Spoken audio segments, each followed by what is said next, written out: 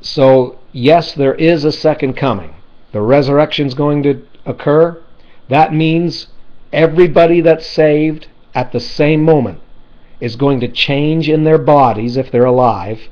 And if they're dead and buried, they're going to come out of their graves, and the dead are going to come out of their graves before we are changed and caught up in the air to meet them.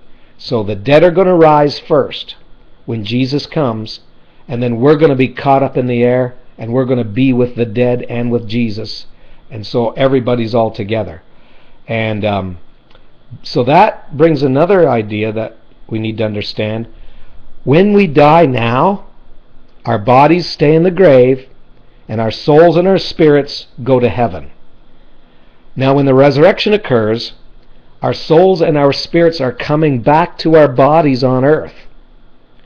And God is obviously going to have to take the dust of the earth and make a body for us again from our dead bodies that have turned to dust. He made Adam out of the dust of the earth to begin with, so it's not a hard thing for him to do.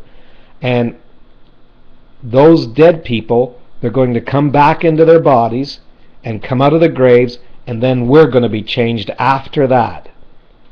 And it's going to take a moment or the twinkling of an eye for our bodies to change. But we don't know exactly how long after the dead rise that we're going to be changed if we're still here and we're still alive. So the dead rise first, then we which are alive are going to be caught up again also as well. And that's the second coming. But there's not going to be earthquakes to let you know that's coming. There's not going to be wars and rumors of wars. The earthquakes, the wars, the famines in Matthew 24, they were all signs of the coming of destruction against Jerusalem. They're not signs of the second coming. The second coming's not in Matthew 24.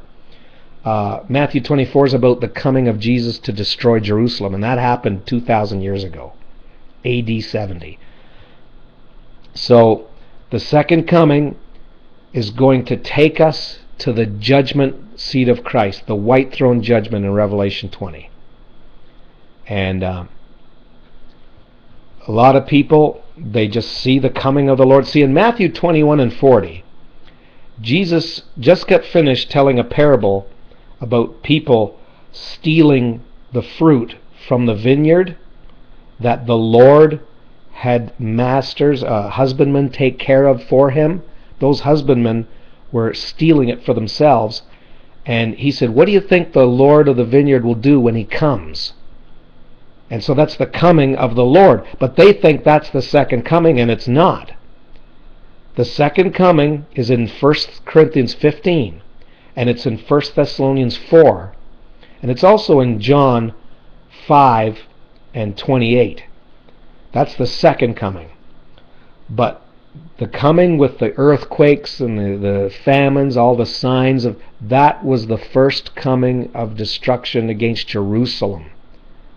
I wouldn't even call it the first coming. It was just a coming in destruction that most people confuse for the second coming. But yes, there is a second coming. But Matthew 24 is not talking about it. Revelation's really, it talks about it a bit. But Revelation talks more about the coming of destruction against Jerusalem than it does the second coming. But the second coming is there in Revelation also. And I'd look more to Revelation 20 to see the second coming in the book of Revelation. The rest of it, before chapter 20, is mostly judgment on Israel in the first century.